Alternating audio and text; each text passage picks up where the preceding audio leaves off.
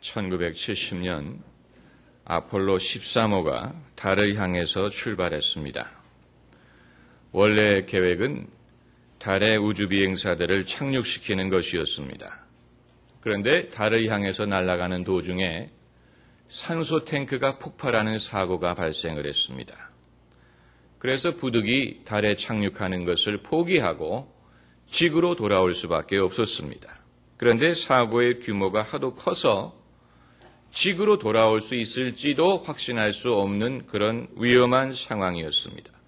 당시 제가 초등학교 4학년이었는데 수업 시간에 이들을 위해서 기도한 기억이 납니다.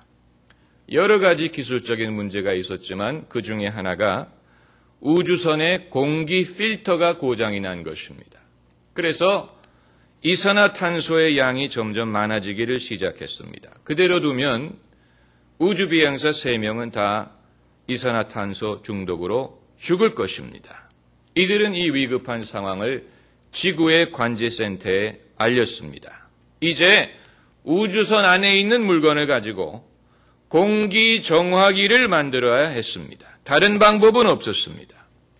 우주선 안에 이들이 사용할 수 있었던 물건은 양말, 마분지, 비닐봉투, 테이프 이런 잡동사니 뿐이었습니다. 그런데 지상에 있는 엔지니어들이 이 잡동사니를 가지고 공기 정화기를 만드는 방법을 고안했습니다. 그리고 무전으로 그 방법을 우주 비행사들에게 알려주었습니다. 그래서 무사히 이산화탄소 축적을 줄이고 지구로 귀환할 수 있었다는 이야기입니다. 아폴로 13호는 비록 실패한 프로젝트였지만 그래도 가장 성공적인 실패라고 불립니다. 옛 속담에 훌륭한 목수는 연장을 탓하지 않는다라는 말이 있습니다. 중요한 것은 그의 실력과 창의력이지 연장이 아니라는 것입니다. 연장은 어디까지 도구일 뿐입니다.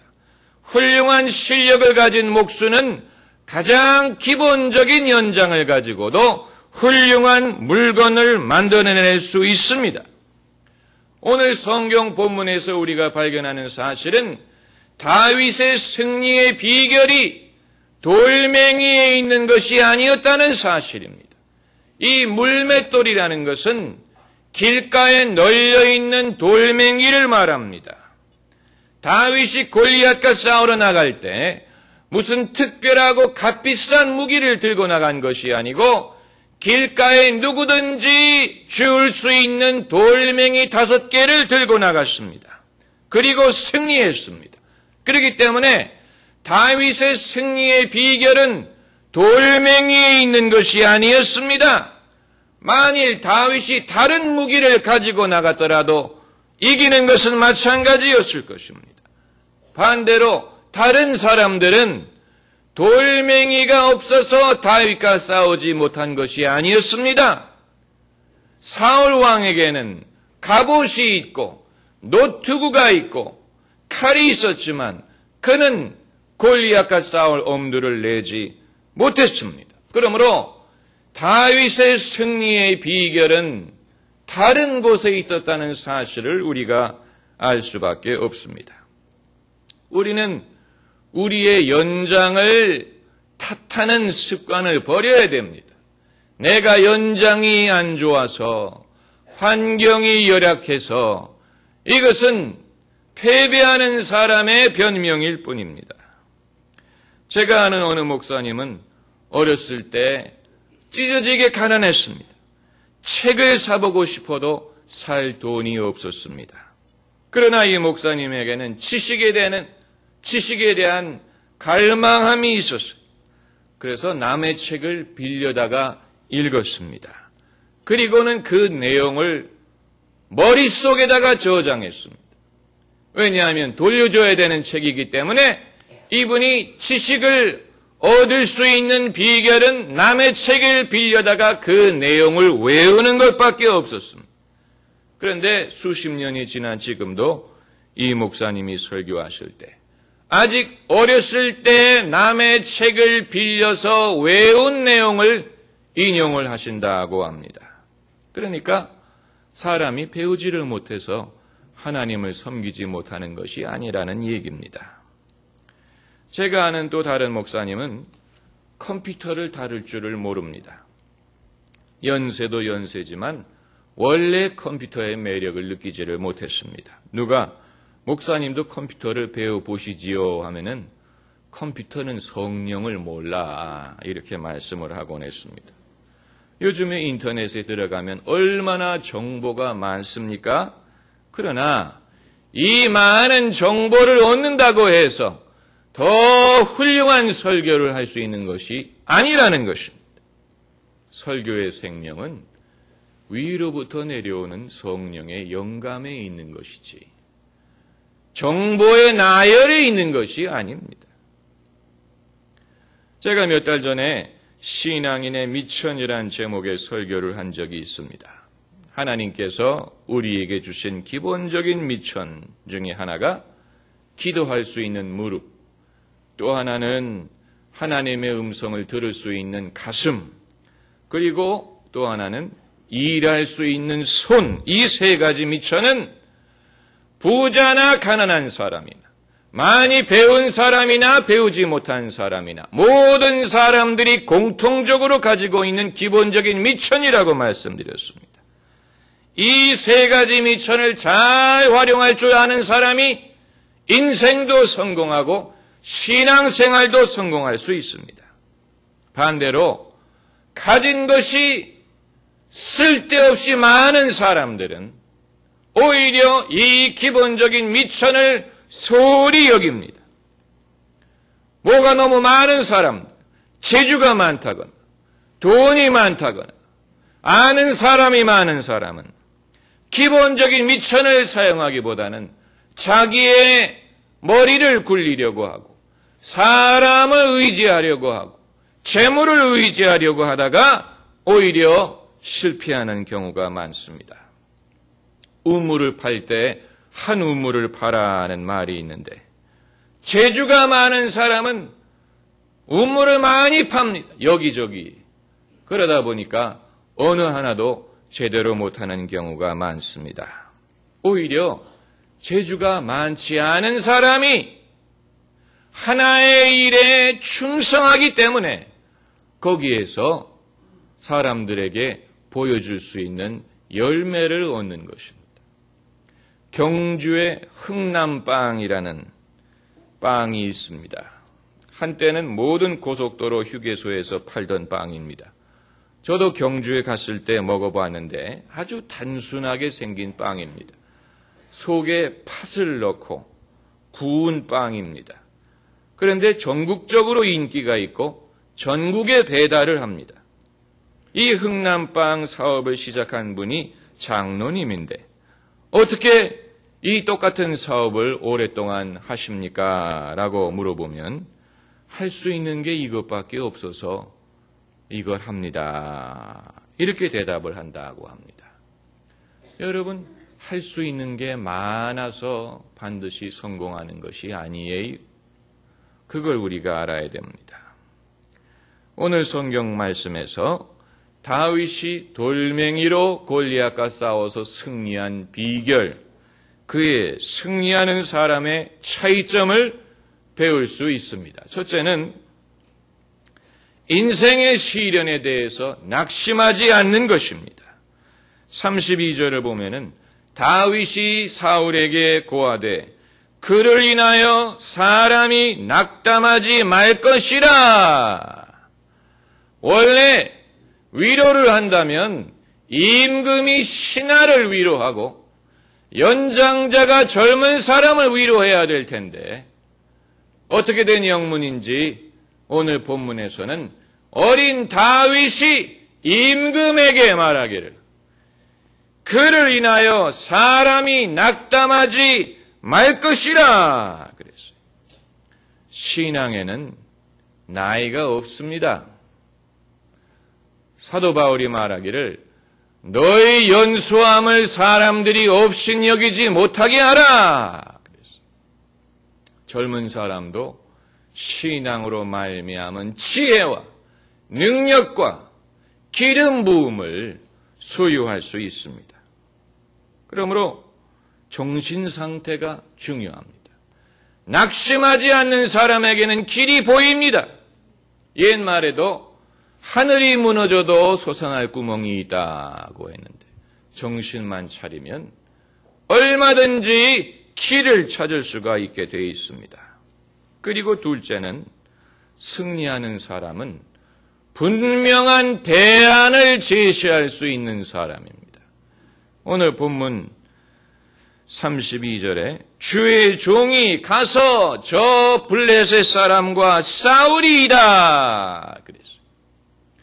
이 세상에 똑똑한 사람 많고 또 공부 많이 한 사람들 많아요. 그래서 그들은 나라가 이리로 가야 된다, 저리로 가야 된다, 교회가 이렇게 해야 된다, 저렇게 해야 된다 참견하는 사람은 많습니다만은 대부분의 사람들은 고양이 목에다가 방울을 달자고 말하는 쥐와도 같습니다. 맞는 얘기긴 맞는 얘기인데 아무도 고양이에게 가서 방울을 달지를 못합니다. 아무도 자기가 직접 그 일을 하려고 하지 않고 다 몸을 사리고 지켜보려고만 합니다. 제가 미국에서 신학교를 다닐 때 미국의 청소년들을 대상으로 전도 집회를 여는 파워팀이라는 전도단체가 있었습니다. 파워팀은 이 과거의 역도라든가 또 미식축구 같은 운동을 했던 젊은 남자들로 구성된 팀입니다. 저같이 생겼어요. 그들이 실내 체육관에 수천 명을 모아놓고 집회를 하는데 처음에는 묘기를 시범을 보입니다. 그래서 맨손으로 쇠파이프를 꺾고 또 수갑을 맨손으로 끊고 얼음장을 맨손으로 격파하고 그리고 맨손으로 전화번호 부책을 찢습니다. 아주 괴력을 발휘합니다. 그리고 나서 복음을 전하는데 청소년들에게 엄청난 인기가 있습니다. 별의별 사람들이 그 집회에 와서 참석을 합니다. 그런데 파워팀을 싫어하고 비판하는 사람들도 많습니다.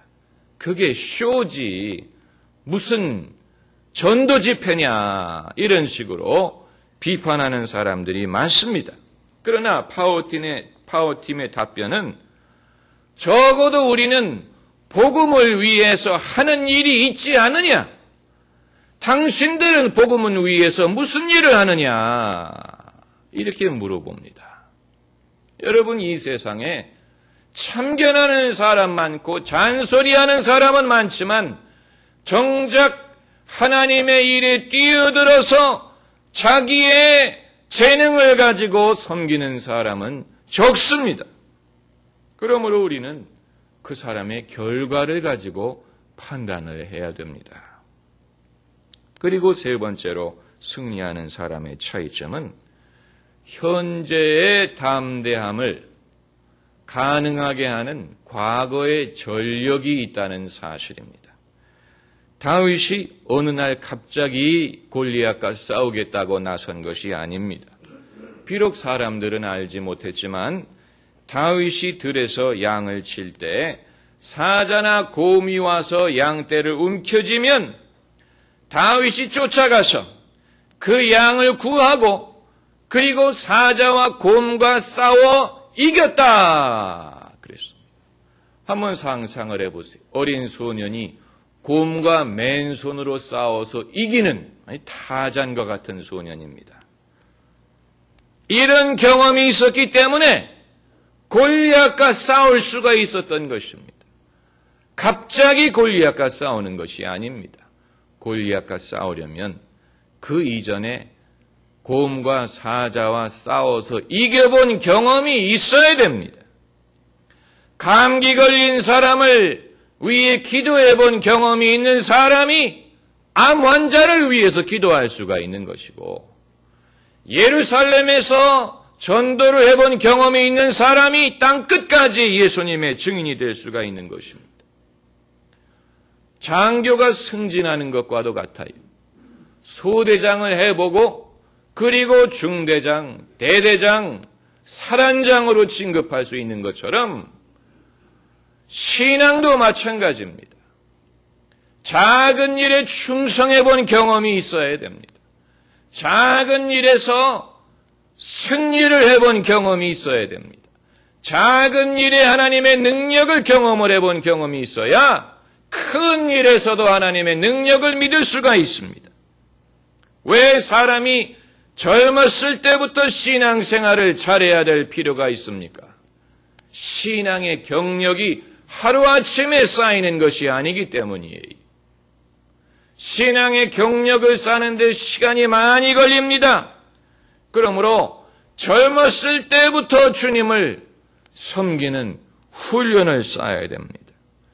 다윗은 비록 소년이었지만 그가 들에서 아버지의 양을 치는 경험이 결코 허비된 시간이 아니었습니다. 그는 몰랐을 것입니다. 장래에 골리앗과 싸울 기회가 온다는 것을 몰랐을 것입니다마는 자기가 있는 자리에서 하나님에게 충성을 하고 자기의 일에 충성하는 사람은 하나님이 그것을 지켜보셨다가 때가 되면 하나님이 준비하신 더 귀한 일을 맡을 기회를 주시고 그것을 통해서 그 사람의 역량을 사람들 앞에 증명할 수 있게 하십니다.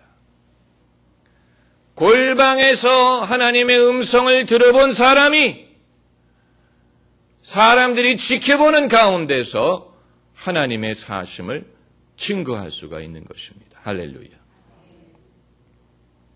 그래서 37절에 그가 하는 말이 여호와께서 나를 사자의 발톱과 곰의 발톱에서 건져내셨은즉 나를 이 블레셋 사람의 손에서도 건져내시리이다. 맞는 얘기 아닙니까? 하나님께서 곰과 사자의 발톱에서 건져내셨다면 어찌 이 블레셋 사람의 손에서 건져내지 않겠습니까? 그리고 네 번째 차이점은 분명한 방법은 목적이 분명하면 방법은 자연히 알게 됩니다. 사람들이 방법을 모르는 이유는 목적이 분명하지 않기 때문입니다. 다윗이 골리앗과 싸우러 나갈 때 어떤 무기를 들고 갈까 고심하지 않았습니다. 40절에 보면은 손에 막대기를 가지고 시내에서 매끄러운 돌 5을 골라서 주머니에 넣고 손에 물매를 가지고 블레셋 사람에게로 나아가니라. 이 물맷돌은 연장일 뿐입니다. 훌륭한 전사는 어떤 무기를 사용해서도 이길 수 있습니다. 삼손이 무엇을 가지고 블레셋 사람 1000명을 죽였습니까? 당나귀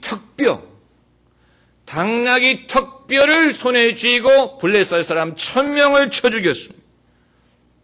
요즘에 컴퓨터에다가 멀티 오디오에다가 빔 프로젝트에 별의별 장비가 많이 있지만 요즘도 TV에서 여전히 인기를 누리는 강사는 분필 하나 가지고 강의하지 않습니까?